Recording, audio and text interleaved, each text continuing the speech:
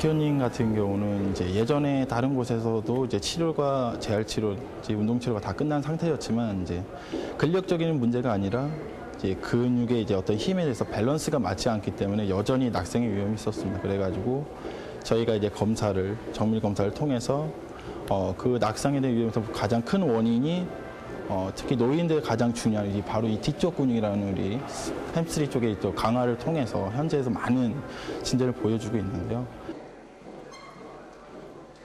2년간 꼼짝없이 앉아 지내야 했던 박현 할머니는 현재 혼자 힘으로 걷는 것이 가능할 만큼 상태가 호전됐다.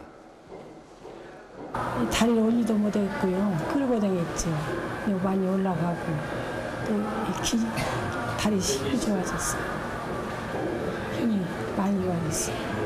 이제 난 20분 걸어도 괜찮아요. 노인에게 있어 다리는 생명과도 같다. 인체 근육의 30%를 차지하는 다리 근육은 상체에 비해 노화가 빠르게 진행된다. 이때 운동으로 다리 근력을 키워주지 않게 되면 다리 힘이 약해져 활동량도 급격히 떨어진다. 그 결과 근골격계 질환을 일으키거나 낙상으로 인해 사망할 확률도 높아질 수 있다.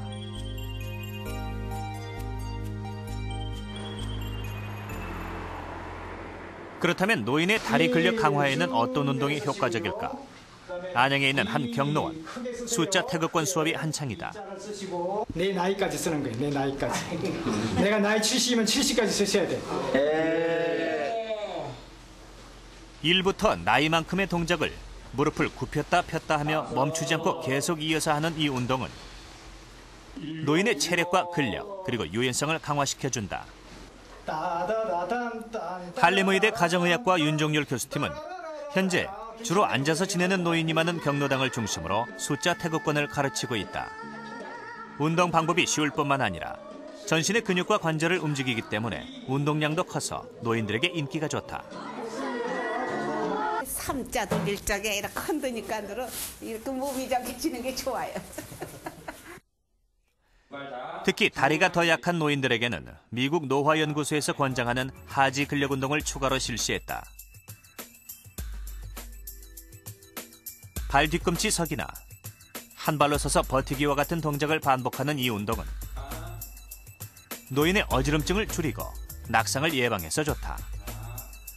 실제로 8주간 이 운동을 노인들에게 반복 시행한 후 신체 기능을 평가해본 결과 걷는 속도는 25% 빨라져 보행 능력이 향상되었을 뿐만 아니라 낙상의 위험에 큰 영향을 미치는 균형 감각도 30%가량 향상되었다.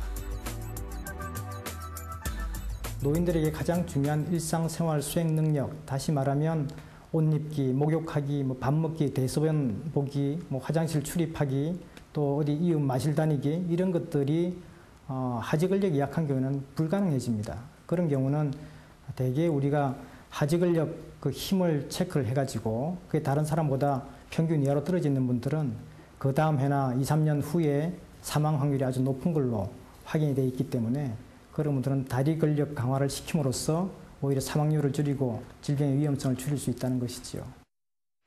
2001년 세계보건기구에서는 세계 191개국을 대상으로 건강수명을 조사해 발표했습니다.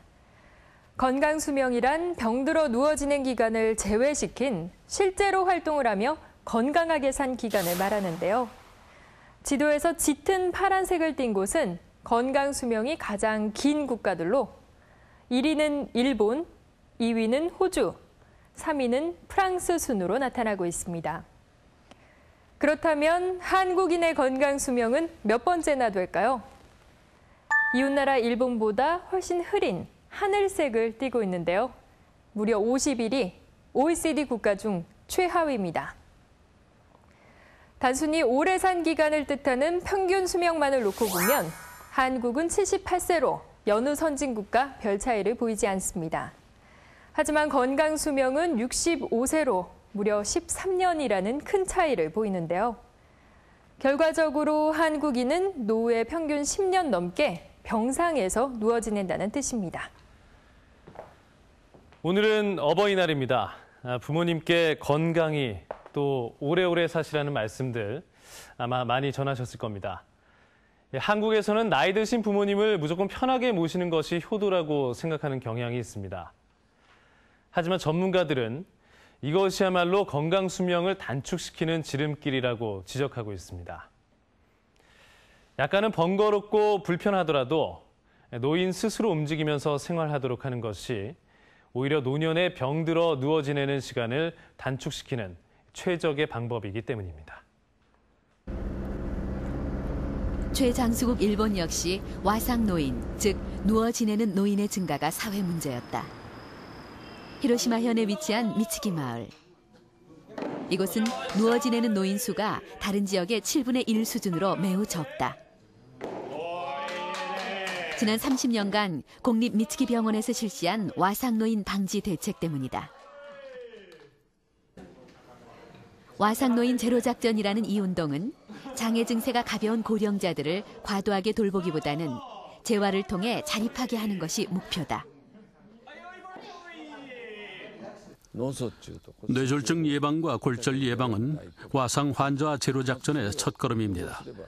뇌졸중과 골절을 예방할 수 있다면 와상 환자가 될 확률이 그만큼 줄어들기 때문입니다.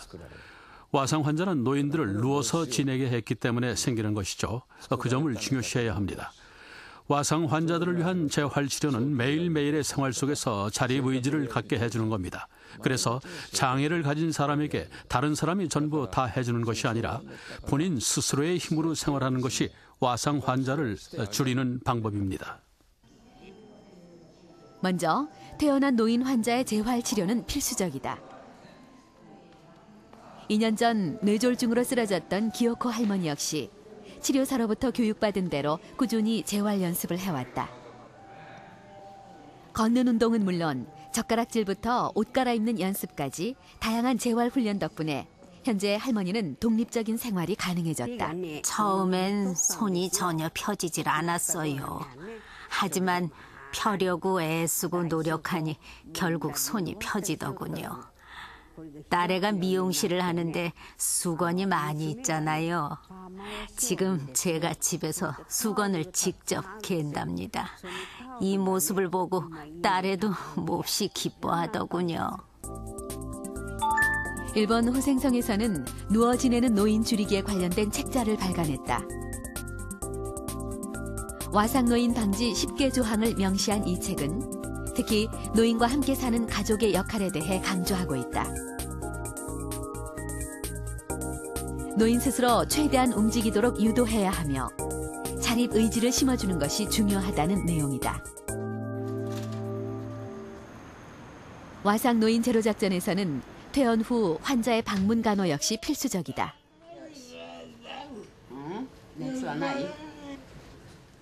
휠체어에 의존해야 하는 이 노인의 경우 방과 복도의 문턱을 모두 없앴을 뿐 아니라 화장실과 욕조에 보조시설을 설치하는 등 주거 환경을 개선해 노인의 재활을 돕고 있다. 이런 시설들로 방에서 누워만 지내는 것이 아니라 자력으로 집안 구석구석을 돌아다니며 얼마든지 재활 훈련이 가능하도록 한 것이다.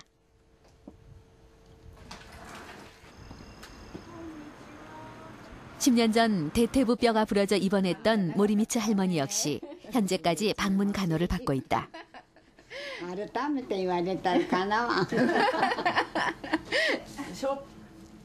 노인에게 골절은 치명적일 수 있지만 꾸준한 관리로 할머니는 92세에도 일상생활의 대부분을 혼자 힘으로 해내고 있다.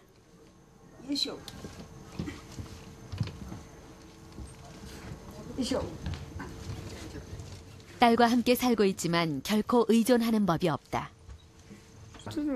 휠체어를 타고 움직이는 건 생각만큼 힘들지 않아요. 할만합니다. 화장실도 혼자 가시나요? 화장실도 이 휠체어를 타고 갈 수 있고 변기에 옮겨 앉는 것도 어렵지 않습니다.